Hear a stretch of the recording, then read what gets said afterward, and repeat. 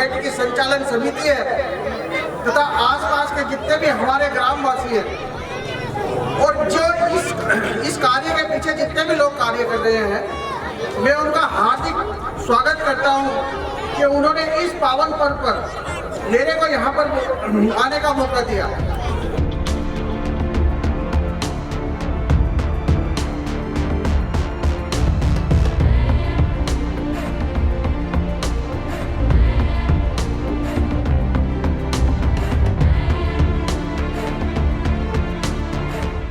आज हमारी धनोड़ी रामलीला कमेटी के द्वारा एक जो रामलीला की व्यवस्था है जो पूरे देश में इसी तरीके से मनाई जाती है, तो आज रामलीला यहाँ पर प्रारंभ की गई है।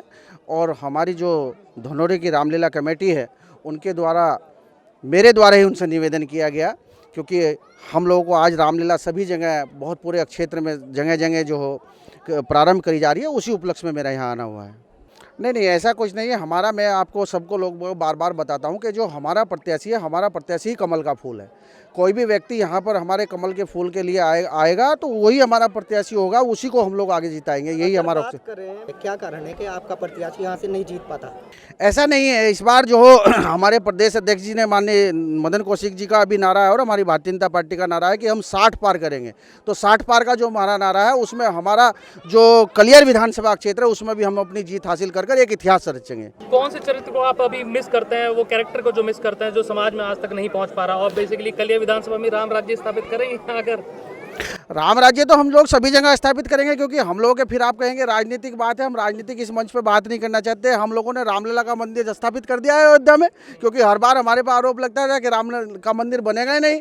तो हमारी भारतीय जनता पार्टी ने हमारे यशस्वी प्रधानमंत्री जी के संरक्षण में रह के हम लोगों ने वहाँ राम का मंदिर स्थापित कर दिया। और आप देख रहे हैं कितना भव्य स्वागत वहाँ होता है और किस हिसाब से हम लोगों ने कर दिया। तो आप लोगों का हम लोगों ने एक कहना भी बंद करा दिया है कि राम का मंदिर तभी आता है जब चुनाव आता है। तो हम लोगों ने तो पहले ही स्थापित कर दिया है।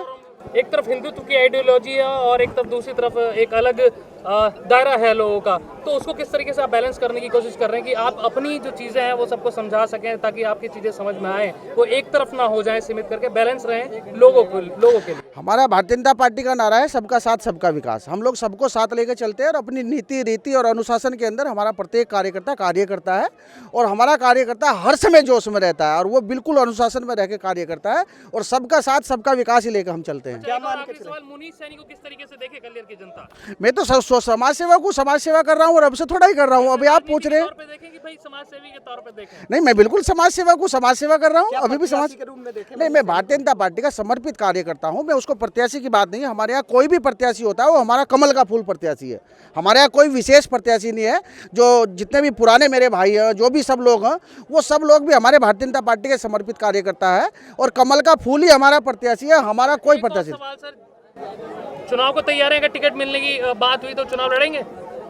मैंने आपसे बताया कि हम लोग नहीं, हमने आपसे बताया कि नहीं, सुन लीजिए बात। हम लोगों ने आपसे बताया कि हम सब लोग भारतीय जनता पार्टी के समर्पित कार्यकर्ता है और हमारा प्रत्याशी ही कमल का फूल होता है। हमें कमल, मैं बिल्कुल चुनाव की बात आपसे कर रहा हूँ। नहीं, मैं आपसे, मैंने बताया ना आपको, मैं तो समर्पित कार्य करता हूँ भारतीय जनता पार्टी का और हमारे यहाँ ऐसा कोई भी आदमी नहीं है। कमल का फूल ही हमारा प्रत्याशी है।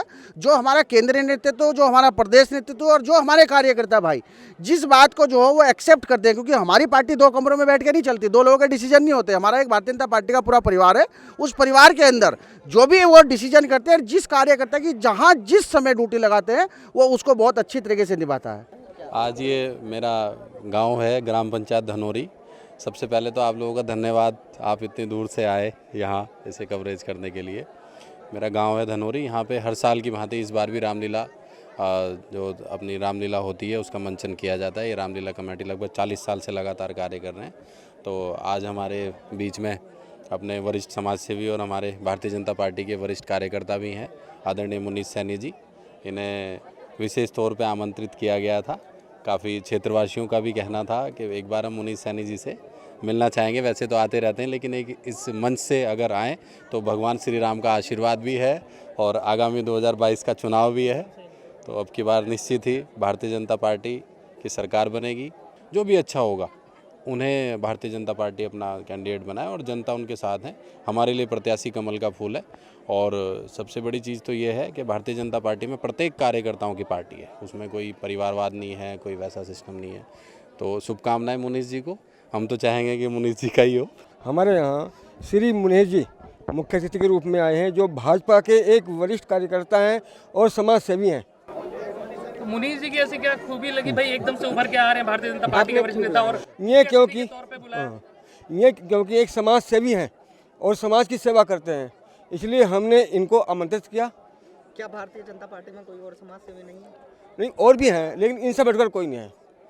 इनसे बढ़कर कोई समाज सेवी नहीं है और शिक्षा के क्षेत्र में भी ये अग्रणी रहे हैं, इसलिए हमने इनको आमंत्रित किया है।